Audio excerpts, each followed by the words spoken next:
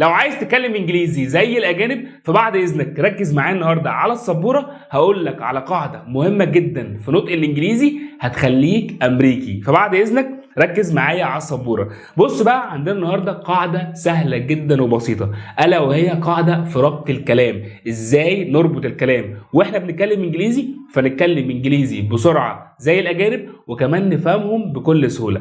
بص بقى، لو عندنا في الانجليزي كده كلمتين عايزين نربطهم ببعض، يعني عايزين كده نقولهم كانهم كلمه واحده بس. يعني لو عندي كلمه زي كلمه جو، حلو جدا، وعندي كلمه زي كلمه اوت، دول كلمتين مع بعض، جو اوت. انا عايز اربط الكلام ده مع بعض وانا بتكلم انجليزي عشان اتكلم انجليزي اسرع. قال لي بص يا انس، عندي هنا قاعده مهمه جدا. قال لي اول كلمه عندنا هي الكلمه دي منتهيه بصوت متحرك، فاول. يعني ايه فاول؟ يعني صوت متحرك. قال لي لو الكلمه الثانيه برضو منتهيه بصوت متحرك، فاول برضو، فبالتالي لازم عندنا نعمل هنا ربط للكلمتين دول. يبقى اول كلمه عندي منتهيه بصوت متحرك، فاول، وتاني كلمه عندي منتهيه برضو بصوت متحرك، فاول تاني. فقال لي اعمل ايه؟ قال لي هتربط الكلمتين ببعض. قال لي ولكن خد بالك من حاجه مهمه جدا، لو الكلمه الاولى الصوت المتحرك اللي فيها دوت الشفايف فيه مدوره، يعني مدوره، قال لي بعد اذنك هتضيف لي كده عندنا صوت الوه تاني. يبقى انا لو عايز دلوقتي اتكلم انجليزي بسرعه هعمل ايه؟ هربط الكلام ببعضه. فانا لو عندي كلمتين عايز اربطهم ببعض، لو الكلمتين دول اول كلمه اخرها صوت متحرك وتاني كلمه اولها صوت متحرك، هربط الكلمتين ببعض. ولكن لو الكلمه الاولى عندي ديت الشفايف فيها بتكون مدوره، قال لي هضيف صوت الوه. يعني الكلمتين دول مش هقول جو اوت، قال لي لا ما ينفعش اقول كده، قال لي هقول جو اوت. بص، جو اوت، جو اوت. يبقى انا عندي اول كلمه اخرها صوت متحرك جو، والشفايف عندي مدوره. بص، جو my lips are rounded، يعني الشفايف ايه؟ مدوره، جو. وتاني كلمه اوت اولها صوت متحرك، فهقول ايه؟ جو اوت. لازم تتدرب معايا وانت قاعد دلوقتي كده بتشوفني، اعمل زي بالظبط، جو اوت، واعمل كده عشان ما تنساش. بص، جو اوت. بص الشفايف مدوره يبقى بضيف وه اكن حرف الواو كده. بص وه، يبقى بقول جو اوت. تاني جو اوت، قول معايا جو اوت. لازم تتدرب لو عايز ان انت تنطق انجليزي صح.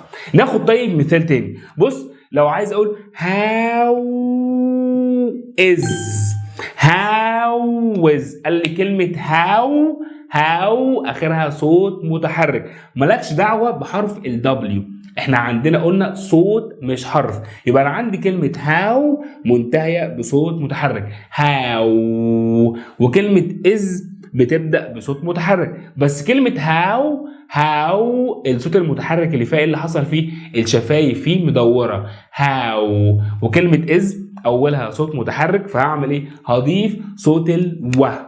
يبقى هقول ايه بقى؟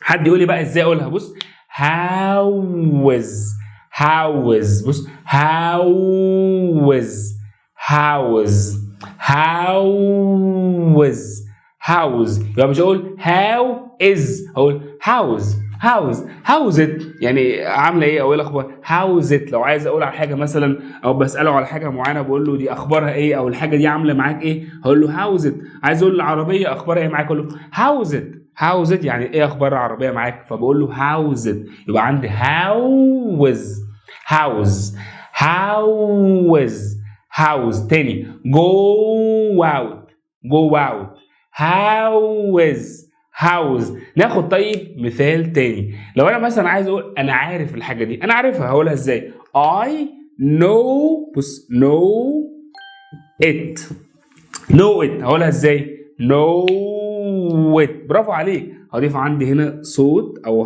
او صوت ايه؟ صوت الوه ساوند. هعمل ايه؟ ليه؟ عشان عندي هنا في صوت متحرك وصوت متحرك، فبقول know it، I know it، انا عارفها، I know it، know it. اتدرب معايا ما تتكسفش، know it. طب ناخد طب اخر مثال. لو مثلا عايز اقول لحد ايه مثلا go on go on. هقولها ازاي؟ بص go الشفايف ايه round مدوره، بقول go اضيف الو ساوند واقول له go on go on. ليه؟ صوت متحرك وصوت متحرك، واول صوت متحرك عندي ايه اللي حصل فيه؟ الشفايف بتاعتي مدوره. هقول go on go on. لما حد يقول لك حاجه كويسه تقول له كمل فيها، عاش، دوس فيها الحاجه دي، يقول go on go on go on. يبقى انا عندك هنا بص go out go out how is know it go on. يبقى هتضيف عندي هنا ايه؟ الو ساوند. لازم تتدرب على الكلام ده كتير جدا لو عايز ان انت لما تتكلم انجليزي تتكلم بسرعه زي الاجانب دول.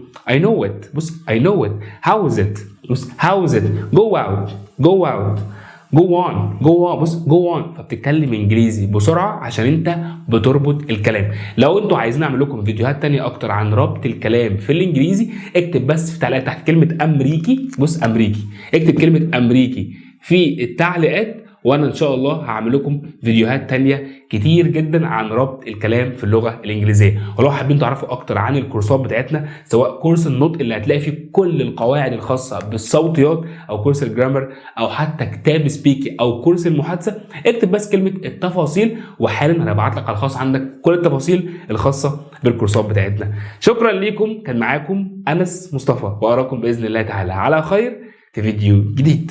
سلام.